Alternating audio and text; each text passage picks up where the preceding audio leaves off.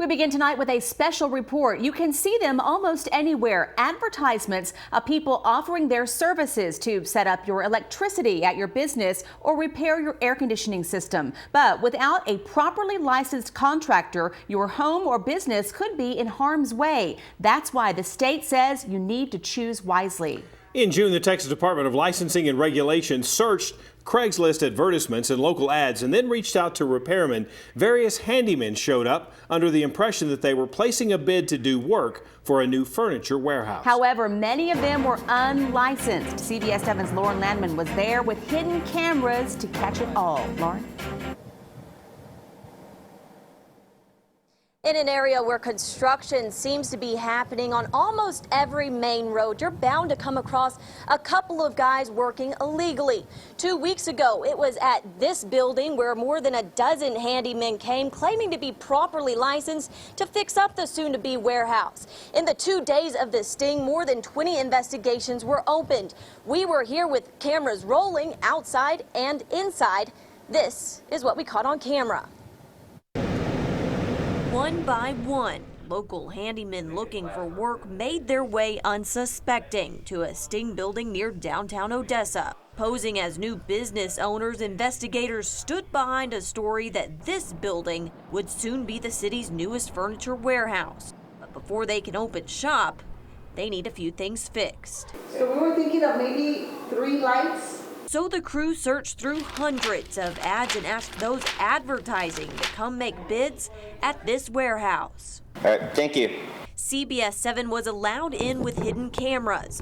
On this day, we encountered 3 men. They have my card. All hoping to make a bid and land their next job. How it works according to the state, in order to place a bid to run electricity or put in AC, you have to have a license that's on the top tier of a pyramid, so to speak. For example, contractors are at the top, then masters, journeymen, and finally apprentices. They all have licenses, but these guys on the bottom can't make a bid on their own unless they are working for a top contractor. Meet Tony Koss. Tony comes to the warehouse assumedly under a master contractor working for JD Mechanical to do some work on the AC system. With the tape measurer in hand, Tony cased the room, checked out the AC unit, and wrote up a bid right in front of our hidden cameras. The problem, if you'll remember, he was actually there for JD Mechanical, but moments before saying a verbal bid, he handed over his business card, ultimately trying to steal his boss's client. I work by net, okay, because this company is just the size. Okay. This with the formula for the net, for the AC. Okay. So, okay. Don't let you. Yes. Yeah. If he would have produced to us one of JD Mechanical's cards, then he would have been okay. It would have been a different story. On top of that, because he is now claiming to work for himself, that means he has to be a licensed mechanic and one that is working under a contractor. Hi, Tony. Hi. I'm Lauren Landman. I'm with CBS 7 News. Now we have questions. Can you show me your license? I want to see yours, not Emmett's. I want to see yours. You're the one that made the bid. I work for JD Mechanical. I understand that, but you're the one that made the bid, so I need to see your license. Tony was able to produce a legitimate license from TDLR, but it was only a technician's license. And like we mentioned before, that's not enough to place a bid. And according to state officials, it's actually against the law. Because they always hide behind somebody who's licensed, because that's his friend. I am supervisor for JD Mechanical. This is the license. So Mechanical. but Tony, if you're out here working for Emmett, why are you soliciting this service? What is this service? And can you show me the license for this service? No, this service is not. Then why did you give these nice people this? Once Tony knew he was caught for soliciting his own company not properly licensed, he tried to back out and take back the card that initially got him in trouble. I'm working for JD Mechanical. Then what is TNC Integrity Services? What is this? This is not This is what you gave us, right? Let me put it in back. Huh? This is what you gave us. No. Yes, you gave this to us. Yes. Para nada. Yeah. Right, thank you. Can I have that back, please? Who is that? You are a police? What? I'm not police. No, I'm a reporter with CBS 7. Moments later, after Tony made his exit, Emmett, the owner of JD Mechanical, gives the investigators a call. I just hired him. He's been working with me for 2 weeks. I got him on my payroll, and I can show you the checks that I've been giving him. Emmett continues to say that Tony was making about $30 an hour working for him. But even at that high pay rate, it's not the first time someone has tried to make a quick buck behind his back. I have no control over sometimes what employees decide to do, go on their personal vehicle to make a little bit of money and throw you off. But Tony isn't the only one in the Permian Basin trying to get some work without the proper licensing.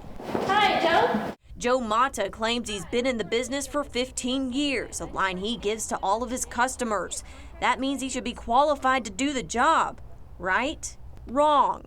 Y'all aren't videotaping right now, are you? Yeah, we are. Joe only has a journeyman electrician's license. And once again, that's not enough to make a bid. I have a journeyman. My dad has a master license. I'm working. Your dad? Okay. And is he damn electric?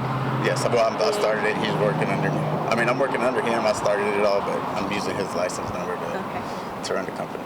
But while claiming to be under his father, Joe refused to give us his name, and TDLR shows no record of him working under someone with a master's license. Because of that, that means Joe can't do any work as his own legally, because without the proper license, he, like many others that walked into the Sting building, aren't able to be properly insured.